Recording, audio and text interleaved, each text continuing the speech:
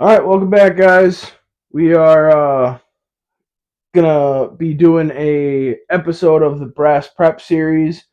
The next step in the process after sizing and inspecting the case next for imperfections is annealing.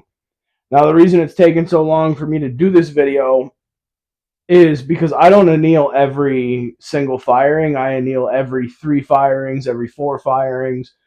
I'm still fine tuning my process when it comes to annealing, and you'll see in a minute here how the setup is. That it's a very rudimentary setup. It's not high tech at all. It's not anything fancy. I mean, you can get $1,000 machines to do this. This exact same thing that I'm going to do with a blowtorch and a drill. So it takes a little bit of fine tuning, a little bit of testing, and seeing what your preferred settings are. And when the propane starts to run out, you have to increase the time. And when you got a brand new bottle, it decreases the time. It's just a learning process. But this is the next step in the process on my order of operations. Right now, currently, I'm doing it every 4 firings. So we're going to get into it. I went to the range this past weekend with a buddy of mine, and I shot 35 308s that I'm doing ladder testing on for 178 grains, and that video will be coming out here pretty soon. But after this most recent firing, I decided that I was going to anneal these cases. And in layman's terms, annealing is just a heat treating process. It um, cools or it heats up the brass, and when brass gets heated, it retains some of its springiness. So, like when you're sizing, you're putting the neck to this size, but once you pull it out of the die, it goes back. It springs back a little bit. So every time it gets fired, it becomes harder and harder and harder until eventually it cracks or it breaks in some way.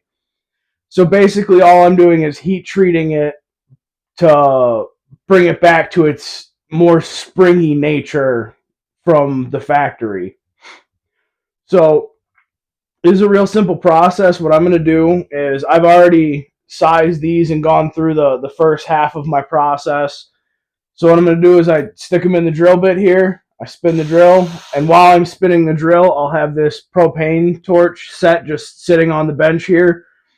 And all I do is hold it until it gets to a certain temperature, until I see physically that it's changing the properties of the brass neck. We're going just short of the shoulder on the body. We don't want to heat the whole thing. We just want to get this shoulder and neck area reformed back to the springy nature of the metal itself.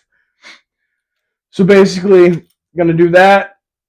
I normally count 1,000, 2 1,000, 3 1,000, all the way up until I'm comfortable with that amount of heat treating, and then I just drop it in the pan and let it cool. A lot of people I've seen, they'll dunk them in water right away, and that's more of a tempering process. That's not. You have to heat it up gradually and let it cool gradually so that the molecules stay expanded so that they retain that springiness. If you quench it right away, it locks those molecules in place and it actually would make it harder. So that's what we're gonna do. I'm gonna get this set up. I gotta tweak with the propane torch here. See if we can get a. All right, and I like a nice double cone flame. You got the outer cone, you get the outer cone, and then the inner cone inside of it. You want to stick your brass in that inner cone. And like I said, I'm going to count out loud, so you're going to have to deal with that.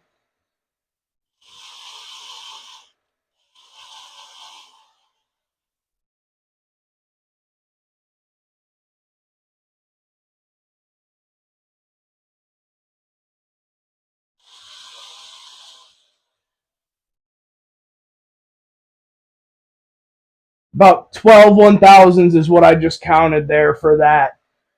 And I'll show you a little bit later in the video here when that is, you can see a physical change in coloration from the neck down to the line. So I'll show you that in a little bit here, but we're going to just keep going.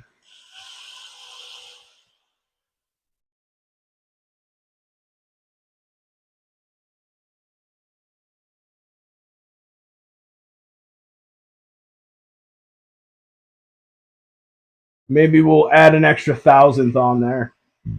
So instead of 12 1000, we'll go to 13 1000.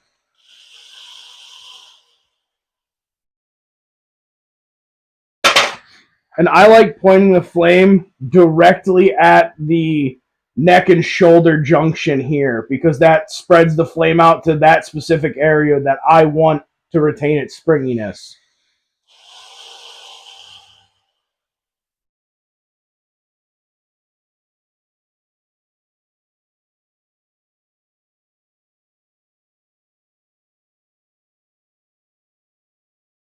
It looks like 13 1000th is good.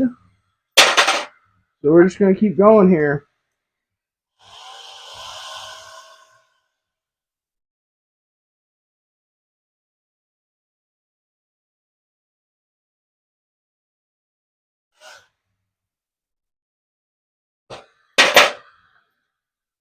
Now, this isn't a science. They do make machines that do this, like I was saying.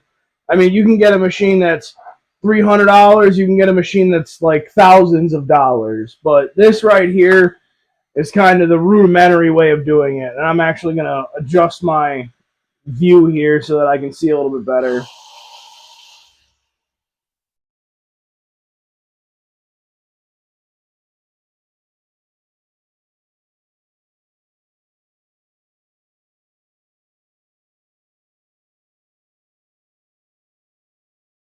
Yep, that's about the consistency that I want. And sometimes it's easier to see this if you turn the lights off. Clearly, because I'm recording this, I can't do that. But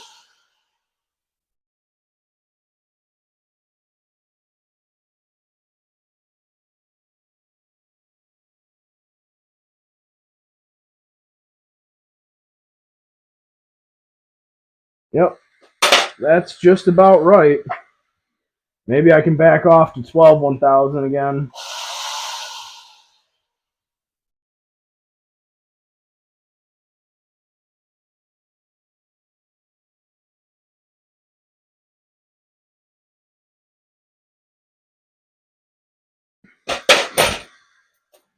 Yeah, I think we're going to back off to 12 1000s again.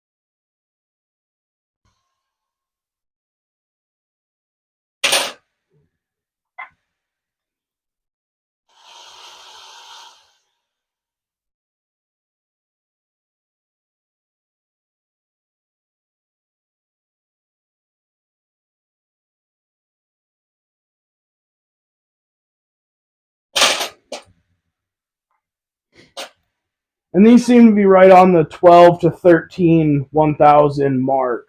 So Sometimes I'll hold them in just a little bit longer. Sometimes I'll pull them out at 12,000. Sometimes I'll go 13, and that'll be when I pull them out. It's just kind of a learning curve.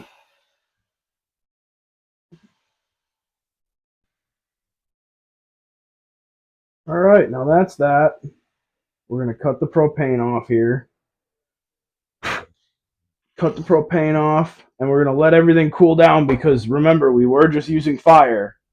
So we're going to let these cool down naturally. We're going to let that cool down. The drill bit is definitely hot. Don't get it twisted. It's definitely 100% hot.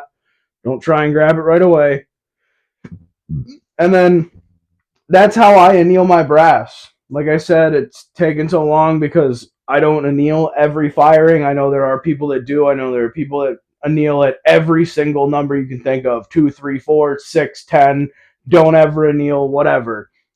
But that's my annealing process. That's 35 cases done, and we're gonna get these once they're cooled down. We're gonna keep going on our order of operations, get them ready for going back out to the range. I kind of figured out a window of nodes that I want to test with my 178s. So that's what these are going to get used for.